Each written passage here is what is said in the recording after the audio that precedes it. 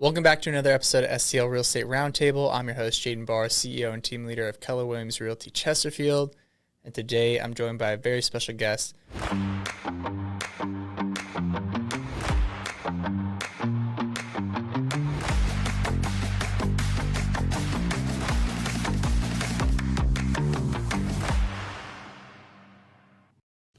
Courtney Callahan. Courtney, hi, good thanks to for see joining. You, Jaden. Absolutely. Happy to be here. Yeah, let's go. Let's have some fun. So I start off every episode the same way, which is what got you started in a career in real estate? Oh, gosh. So I was a stay-at-home mom about 15 years ago, and I had family in the real estate industry that at that time owned commercial office buildings.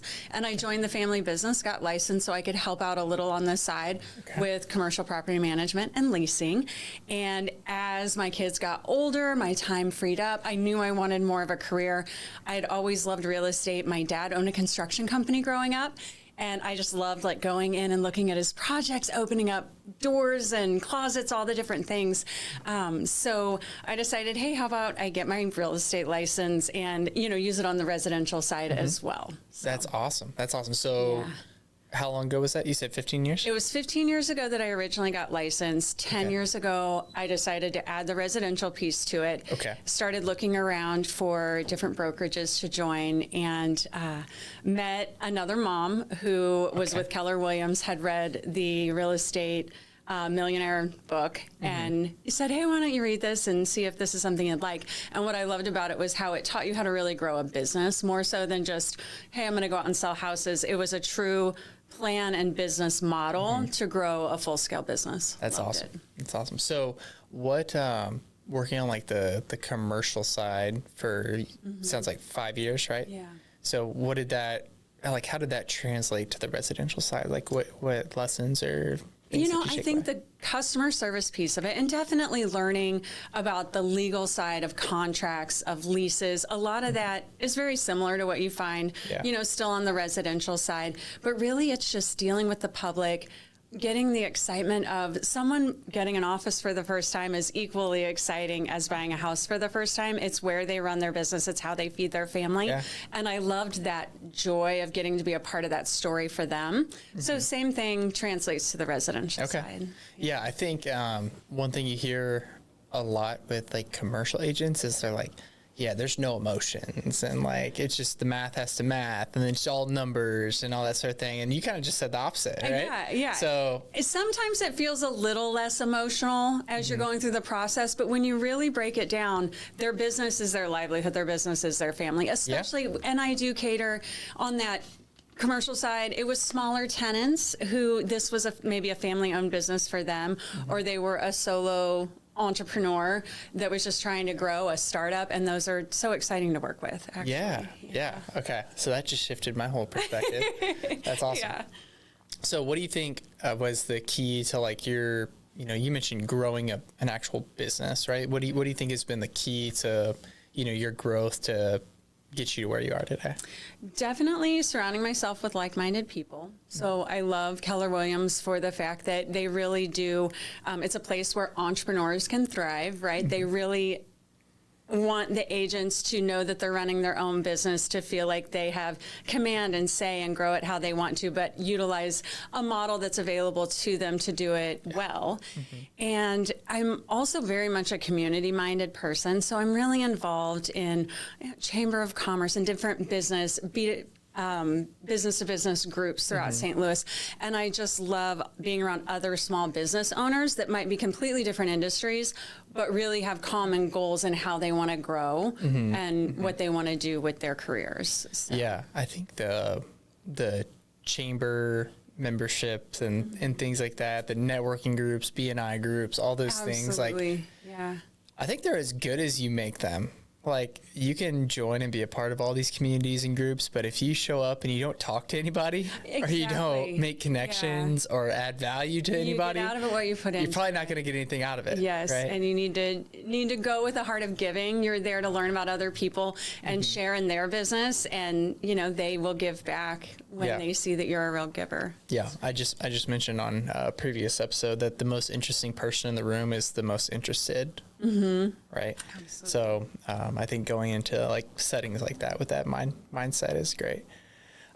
Okay, so what have been some lessons learned over the years of being in this industry? I'm sure it wasn't all sunshine and rainbows. Like, talk to me about kind of like the roller coaster that can be a career in real estate at times. Yeah, I think one of the biggest roller coasters at the beginning was really getting used to how hard you do have to grind to build your own business. And it's real estate or anyone that's starting a new business or growing a small business. Yeah. There's a lot of grind. There's a lot of long days, a lot of hard work.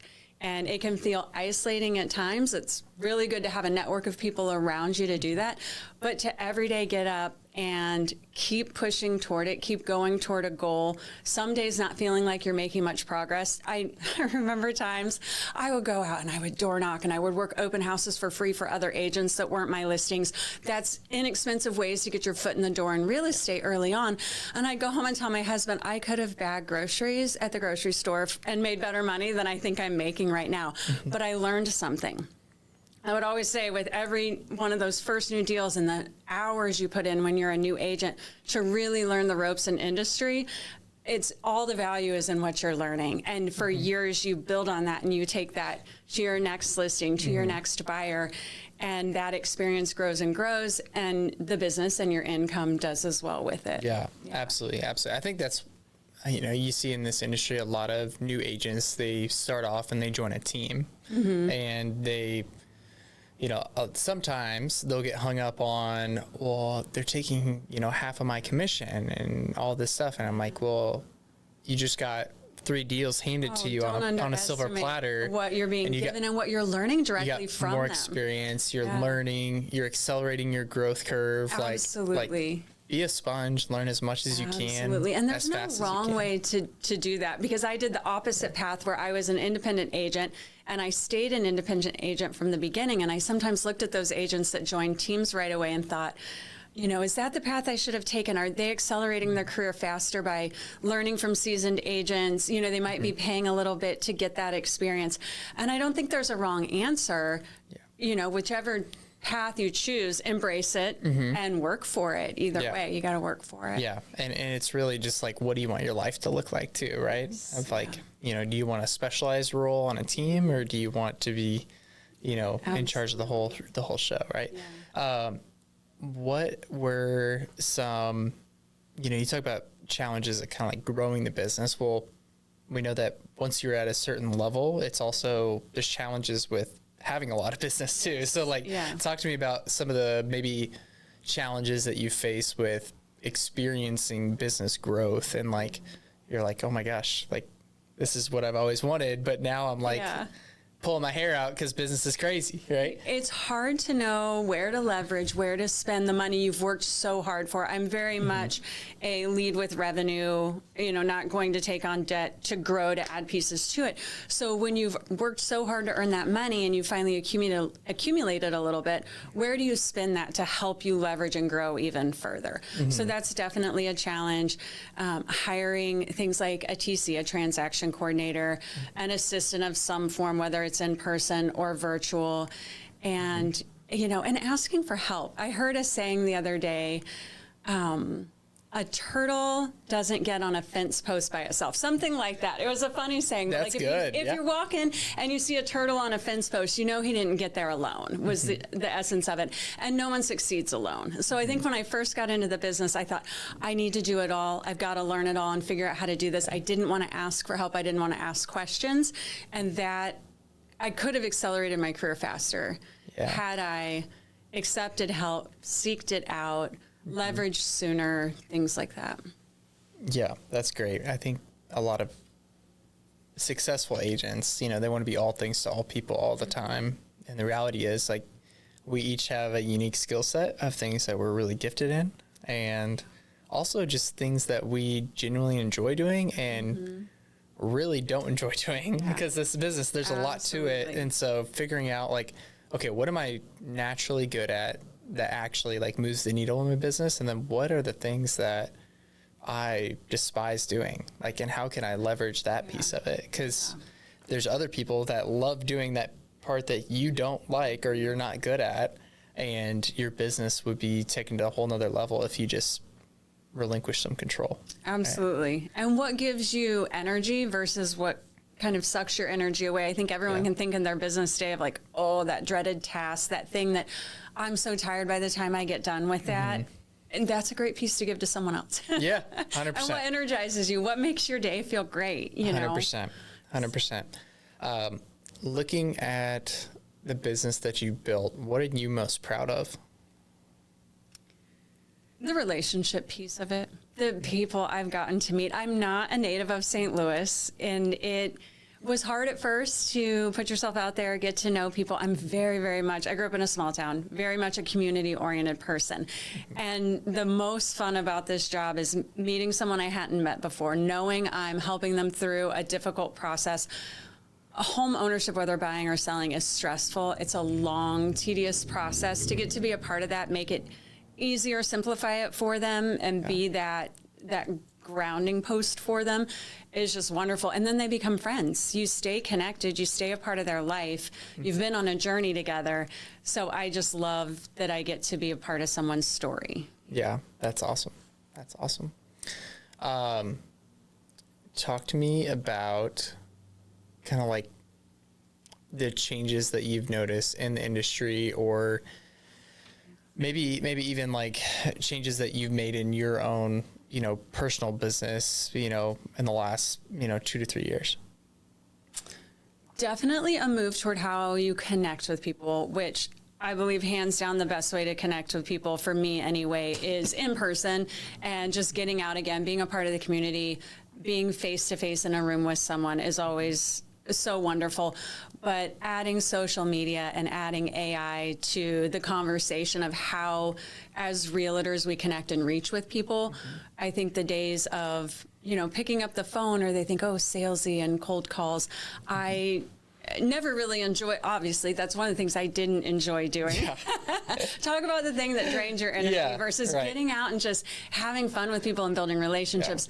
But everybody has kind of a love and hate relationship with social media. There's so many things that we worry about with it, for our youth, for our kids, but so much good can come from it too. It really does connect you with people, and it gives you a way to participate in other people's lives where you may not have, to see when their kids are doing great things or when they've got exciting news in their lives, and then to be able to connect with them in the world, out in day-to-day life, and know those, great things about them. It just makes it easier to connect, and I'm bringing it into my business. Yeah. I mean, using social media to be social. Yeah. It's like a revolutionary concept. I know. Yeah. I love it.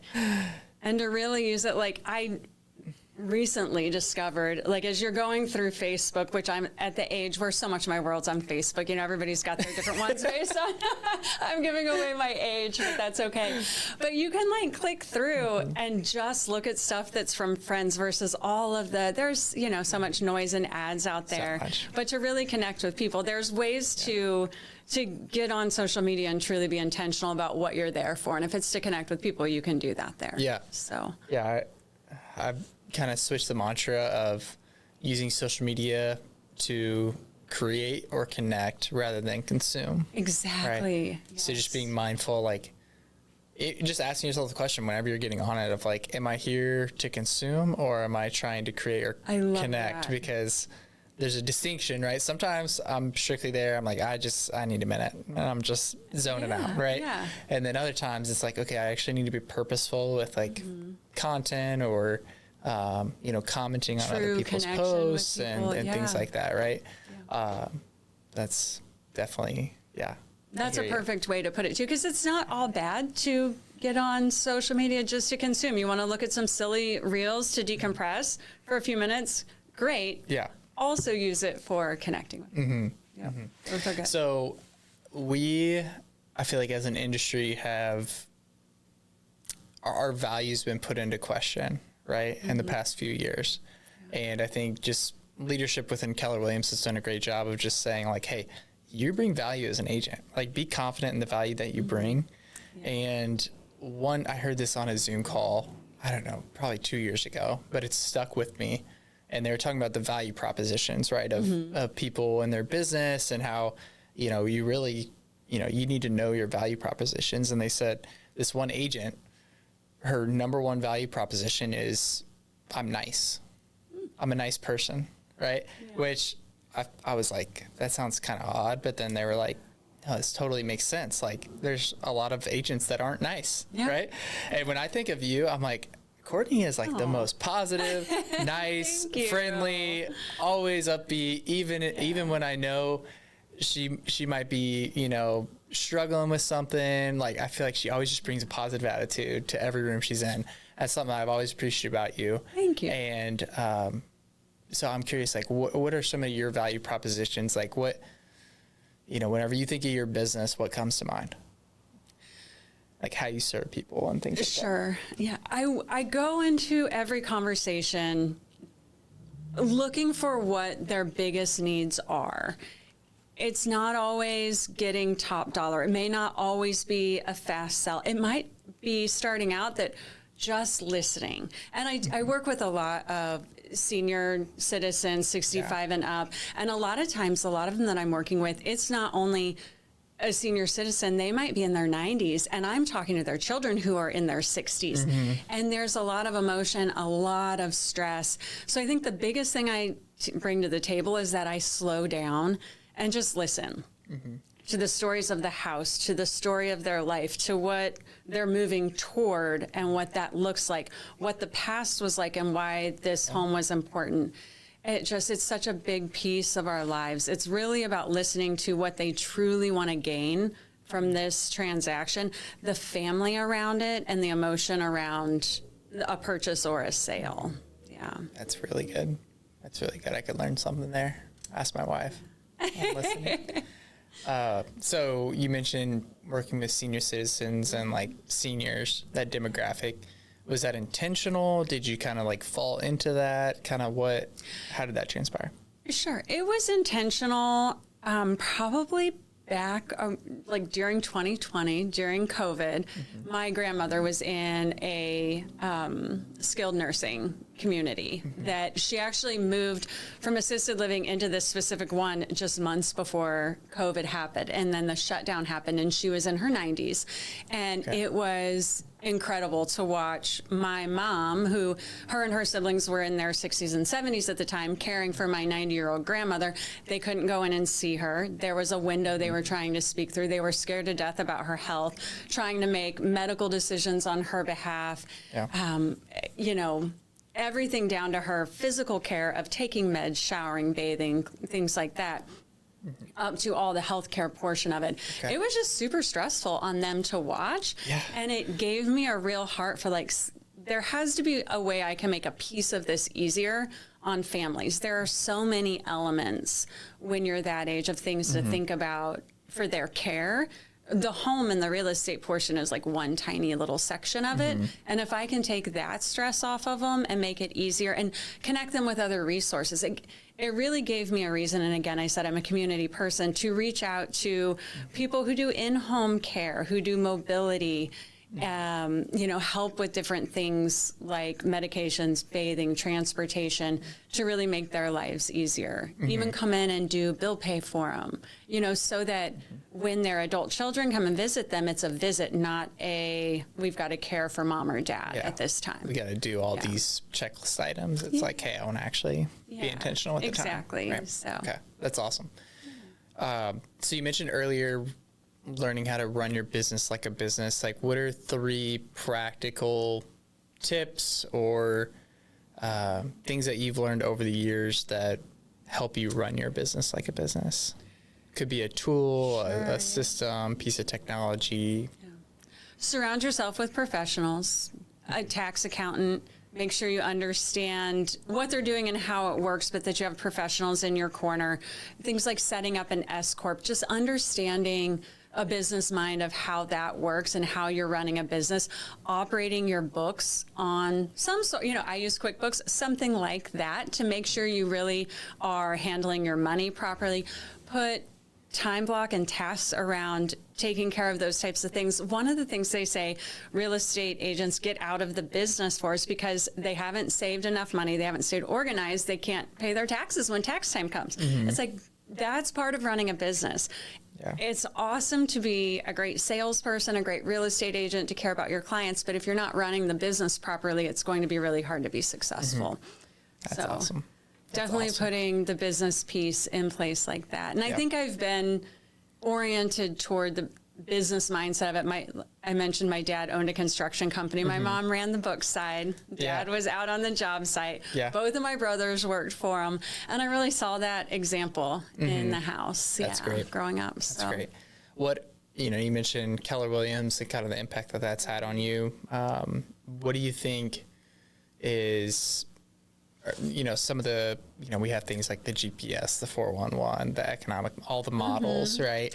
What have been the most impactful for you running your business? Like whether it be a model or a system or, even a class, like the classes, the different classes that we have, thinking back over your career, what have been the most impactful? I love the economic model, which is a Keller Williams model. It basically helps you reverse engineer what you're looking to earn in your business and what you need to run your house to meet your goals, your dreams. So you look at it like, if I need to make X amount of dollars that I take home at the end of the day, how much do I need to make to pay all the bills? And it'll split all of that out. Your bills, your expenses, money that needs to go back into the business to help you grow, to advertise, market, things like that. And then it really converts it all the way back to, in order to earn that, how many closings do I need? How many sales is that? How many appointments do I need to sit down on based on my conversion rates to meet that goal? How many conversations, all the way back to how many conversations do I need to have about real estate each week to get me to that end goal? It all starts there for me. And that was one of the first things when I sat down with a coach that was in our office when I first started. She ran that economic model backwards for me and my mind was blown. I was like, oh my gosh, this is the greatest thing I've ever seen. And it really catapulted me into understanding how to run this as a business and how to really grow it. Yeah. People ask me all the time, like, why KW, right? Why KW? I mean, I still get recruited by all the other brokerages, right? And I think I can confidently say that KW is the only one that coaches to the entire person, right? It's not just, hey, here's how you can be a better real estate agent. It's, hey, this is going to encompass your whole life, right? How to be a better dad, a better husband, a better coworker, leader, salesperson, like all the things, business owner. And that, I think that's the differentiator, right? It's the culture, and then, coaching to the entire person, not just the realtor, right? And one of the most impactful things for me was the lid exercise. This was taught by Gene Rivers, and it reshaped my entire thinking around goal setting. So a lot of times, I mean, I talk with successful agents all the time, and it's like, what's your goal for the year? And they said, well, I did, 24 last year. So I think I'm going to do 36 this year. I'm like, okay, well, what's important about 36? And they're like, well, it's 12 more than last year. And I'm like, what does that do for you? And they don't have an answer, right? They just picked a number to pick a number, and there's no meaning behind it. So the lid exercise, it goes into, it's an acronym. It stands for lifestyle, investment, and debt. And so lifestyle is, hey, what's our lifestyle cost? Like, what's our number there? And then investment is all catered around, okay, I'm this age today. I want to retire by X age. How much do I need to be investing per year? Add that in. And then obviously debt is, you already mentioned it, our biggest debt as realtors is taxes that we got to pay. And so accounting for that, add all those three numbers together, and voila, you've got the number that should be used for your economic model. And now we can figure out, okay, well, here's actually how many houses you need to sell, right? And that has reshaped everything in terms of goal setting for me. And I love that it breaks it all the way down into small chunks for you. You look at a year goal and it looks so mammoth. It feels like overwhelming. Where do you start? But when you break it all the way down, where it's like, I just need to know, what do I need to do today? What do I need to do this week? And it does that for you. Yeah. That's awesome. What else should we talk about? Oh, you're in investing. You invest in real estate. I do invest in real estate. I feel like me and you kind of have a similar approach to real estate investing. Like, I don't think you have a desire to own like 50 doors. I do not. Okay. I would love 10 paid for doors. Okay. That is my mindset. If I get to 10, I may go a little higher. That's my mindset as well. Maybe we need to stretch our thinking of what's possible, but also I'm totally okay with 10. Mm-hmm. 10 would be great. Exactly. So talk to me about kind of your real estate investing journey, kind of what that looks like, what you look for in investment property. And Sure, yeah. So I've got 2 right now, which is a small start, but I want... That's 2 more than like 99% of real estate agents. Yep. So I look for properties just I want a good neighborhood. It's not going to be the most expensive, but a good, solid, established neighborhood that's in a good school district. Price range that's affordable for most families that would be moving into this area. You know, just looking to, maybe they're moving to St. Louis for the first time, or they've been in a condo and they want to save up, you know, to get a good down payment before they purchase, and they're looking at maybe 2 years that they would rent a house and then buy a house in that same neighborhood where they've got their kids. That's the type of homes that we look for. I want them to be in pretty good condition. And my husband and I are pretty handy. We do a lot of the work ourselves, which I go back and forth, like, again, with kind of leveraging. Would it be more worth my time to pay to have a little bit more of that done and save my time for other things? But we do a lot of it ourselves, and we enjoy it too. That's awesome. Yeah. Yeah. We talk about leverage. One activity that any agent could do is take your GCI number from the last 12 months and then divide that by, I think it's 2,080, because that's if you work 40 hours a week with like however many weeks a year. Can't do quick math in my head, but take your GCI number divided by 2,080, and then that's your dollar per hour. So then you look at all the tasks that you're doing and you say, okay, well, is this worth my time? And you can actually answer that question. If I could pay someone to do it for less, then why are you doing it? Yeah. Valid. Very valid. One thing that I've leveraged that I kind of miss is mowing my yard. Isn't that just like so relaxing? Like, That's what I did on Easter Sunday. It was the best day. It was a nice day out. I had brunch with the kids, and then we went out in the yard and just, we did, and we bought a house last year. So this is the first time we're really getting outside in our yard. There you go. It was so exciting to just start clearing out around all the bushes and everything and beautifying, and it was nice. And some things like that, you can keep it just for the joy of it.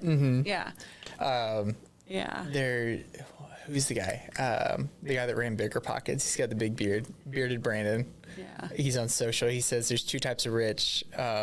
You pay somebody else to mow your yard, and then you mow your yard yourself. Because you have the time. Get back to it, because you're like, exactly. Well, wrapping up here, like, what has been the most impactful book or podcast that you've read or listened to? So this is probably not normal for real estate agents. I am a very big Dave Ramsey fan. So I listen to a variety of his podcasts all the time, but it's amazing how much real estate they talk about. If you listen to it, he's a real estate guy. He got rich at 25 in real estate, went broke because of what happened in the market at the time that he was that age, and then rebuilt an empire, a real estate empire. So not only do I really love his models of living life, living on less than you make, staying out of debt. Revolutionary concept, by the way, right? Yeah, it's like exactly. Dave Ramsey just made a gazillion dollars off of saying things that are like, I know, so simple, right? Yeah, he says God and grandma's way of handling money. Right? It's pretty simple stuff. That's good. But I listen to a lot of his stuff, and a lot of it's just for entertainment, but I get a lot of real estate knowledge from it as well. A lot of learning how to live on a budget and things like that. But oddly enough, I also really like Robert Kiyosaki, and I read Rich Dad, Poor Dad, and it was one of the most influential books for me as well. He even made a game about the rat race and kind of how to get out of it and how to leverage money and invest well, things like that. I've made my kids play that game. We own it. It's a lot of fun. It's like an amped up version of Monopoly. You have to learn how to do like P&Ls and balance sheets on there. I love it. So our kids have all played that game. And the two, they're both money guys, right? And they have opposite principles, but I love learning about both and kind of melding what works best for me. I don't think there's necessarily a right or wrong, right? When it comes to money, just learn about money. Just learn about it. Listen to podcasts, read books, and figure out, where your threshold is for risks and go out and work hard and make money and then decide great ways to use it. Yeah, that's awesome. That's awesome that you're also like teaching your kids just like the principles and, basic things like that, right?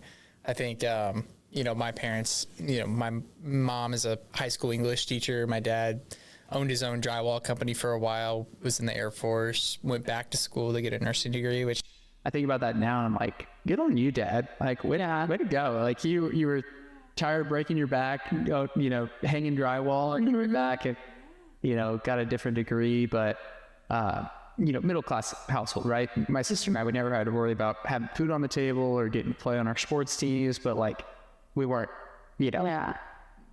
going to vacation on third, right? Yeah. It was, we had everything we needed, but, just like, I feel like you said, like you got to learn, you got to put yourself in environments where you're going to learn about money, how to invest properly, how to grow your investments, as opposed to just like putting into a savings account, right? Yeah, exactly. Inflation's a real thing, y'all. Yeah, and don't be scared, to learn about it or try some different things on a small level until you get better. I think generations ago, there was definitely a stigma about talking about money in a household. A lot of families just didn't. They didn't learn about it because their family thought, oh, we don't talk about that, or especially in front of the kids. And I think I was lucky to grow up in a house where it was just discussed. We talked about things like that. That's awesome. Well, any advice that you would give to an agent that might be watching this that's looking to build a business similar to yours? Let's see. Just get out there and hustle and work hard. Turn over rocks to find business. Get a mentor or, just other agents that are a step or two ahead of you and watch what they do. Learn from them. Don't be afraid to ask questions. Don't be afraid to ask someone to go have coffee with you and show you the ropes. I think this industry is very good at sharing information. We want to see each other succeed. I think we all want all realtors and our peers to get better and better. We all can better our industry and can better one another when we share resources, share information. So I think there's a lot of seasoned agents that would love to take a newer agent under their wing and show them kind of how the industry works. Absolutely. Yeah, it goes back to there's a book called The Go Giver, Sell More, right? I've heard of like you get what you give. And I think, you should always be being poured into by somebody at the next stage that you're looking to get to, but also you gotta kind of return the favor as well and pour into somebody that is looking to get to where you are, right? Well, Courtney, this has been great. Thank you so much for being on. For inviting me. It's always good to talk to you. I know that everybody will get a ton of value from this episode. So for those watching, we'll catch you on the next episode.